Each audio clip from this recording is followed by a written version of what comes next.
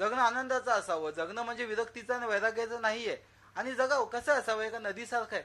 नदी एका समुद्रामध्ये सॉरी पर्वतामध्ये उगम पावते, तिला जायचंय कुठे, समुद्राकडे. सगळ्या नद्या शेवटी समुद्रामध्ये विलीन होतात, त्या खाऱ्या पाण्यामध्ये विलीन होतात, बरोबर आहे. म्हणून ती रडत रडत कन्हत कन्हत जाते का, नाही. नदीनं कसं जावं त्यांनी सांगितलंय की का फेडीत पाप ताप पुखित तिरीचे पादप समुद्रा जाई जैसे गंगेचे आप. नदीला माहिती आहे की मी मिळणार कशाला, समुद्राला, त्या खाऱ्या पाण्याला मिळणार आहे. पण जाताना काय का फेडीत पापाचं हरण करणारं तीर्थक्षेत्र बनवत जाते. तापाचं हरण करणारं म्हणजे कोणाला उष्मा आहे तर त्याला आंघोळीला पाणी देईल, कोणाला तहान लागली त्याला पिण्यासाठी पाणी देईल.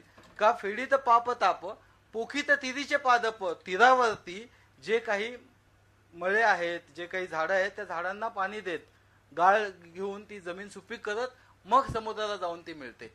ते म्हणजे आयुष्य असं असावं. आपण रस्त्याने चाललोय म्हटल्यानंतर निरीच्छित वृत्तीने जाऊ नये. मग कसं असावं की बांधिलिया काढीत बुडालिया सोड, नाही, बुडालिया काढीत बांधिलिया सोडीत साकडे फेडीत अर्थांची. कसं असावं की जाताना जर आपल्याला कोणी बांधलेलं दिसलं तर त्याला सोडलं पाहिजे, जर कोणी बुडतंय तर त्याला बाहेर काढलं पाहिजे, आणि कोणी अर्थ आपल्या आयुष्य समोर आले तर त्यांचं दुःखाचं हरण करून मग रस्त्याने तो आपला मार्गक्रमण केलं पाहिजे. की मी इथून तिथे निघालोय म्हटल्यानंतर हा मधला मार्ग जो आहे तो नाही. तर ही जी काही भावनिकता, ही संवेदनशीलता काय असावी, ही ज्ञानेश्वरांनी ज्ञानेश्वरीत आणली.